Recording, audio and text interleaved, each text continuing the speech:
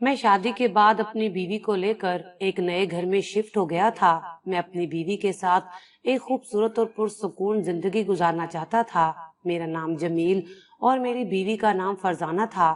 ہماری شادی کو 1 ماہ ہوا تھا اور اس 1 مہینے میں نے فرزانہ کو بہت کم ہی بات چیت کرتے دیکھا تھا۔ آج میں آفس سے آیا تو فرزانہ کے ہنسنے کی آوازیں کمرے سے آ رہی تھیں۔ میں نے بھی اپنا رخ کمرے کی طرف بڑھا لیا تھا، لیکن جیسے ہی میں کمرے کے دروازے تک پہنچا، فرزانہ کے ساتھ ساتھ مجھے ایک مردانہ آواز سنائی دی۔ میں جو اپنے کمرے کے دروازے کا لاک گھمانے ہی لگا تھا، اس نوجوان کے ہنسنے کی آواز پر میرا ہاتھ وہیں پر رک گیا تھا۔ یہ کون تھا جو میری بیوی کے کمرے میں موجود تھا؟ میرا دماغ تو گھوم کر رہ گیا۔ میں نے غصے سے کمرے کا لاک گھمانا چاہا تو مجھے حیرت کا بڑا ہی زور کا جھٹکا لگا، کیونکہ دروازہ لاک تھا۔ اب تو میرا پارا ہائی ہو گیا۔ میری بیوی کس کے ساتھ کمرہ لاک کر کے اندر بیٹھی تھی؟ میں نے بڑی زور زور سے دروازہ بجایا۔ ایک دم ہی اندر سناٹا سا چھایا تھا، بالکل خاموشی۔ کچھ دیر بعد ہی فرزانہ کی آواز آئی، کون ہے؟ میں نے کہا، کون ہو سکتا ہے، دروازہ کھولو، میں ہوں۔ میری آواز سن کر فوراً سے فرزانہ نے دروازے کا لاک کھولا تھا، لیکن دروازہ تھوڑا سا کھولا تھا اور اس پر فرزانہ کھڑی تھی۔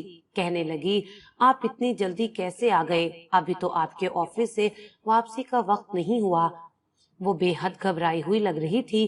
میں نے کہا، ہاں، آج آفس میں کام ذرا کم تھا، اس لیے باس نے چھٹی دے دی۔ یہ کہہ کر میں نے دیکھا کہ نہ وہ دروازہ پورا کھول رہی تھی اور نہ مجھے اندر آنے کی جگہ دے رہی تھی۔ میرے ہاتھ میں لیپ ٹاپ کا بیگ تھا۔ میں تھکا ہوا آیا تھا، پھر تجسس کے مارے میری جان ہی نکل رہی تھی کہ آخر کمرے میں ہے کون۔ میں نے کہا، فرزانہ پیچھے ہٹو، مجھے کمرے میں آنا ہے۔ بڑی مشکل سے اس نے دروازہ کھولا تو سامنے بیڈ پر بیٹھے نوجوان کو دیکھ کر میرا سارا غصہ ختم ہو گیا۔ ارے وہ تو میری بیوی کا بھائی تھا۔ میں بھی نہ جانے کیا کیا سوچ رہا تھا۔ مجھے اپنی سوچ پر افسوس ہونے لگا۔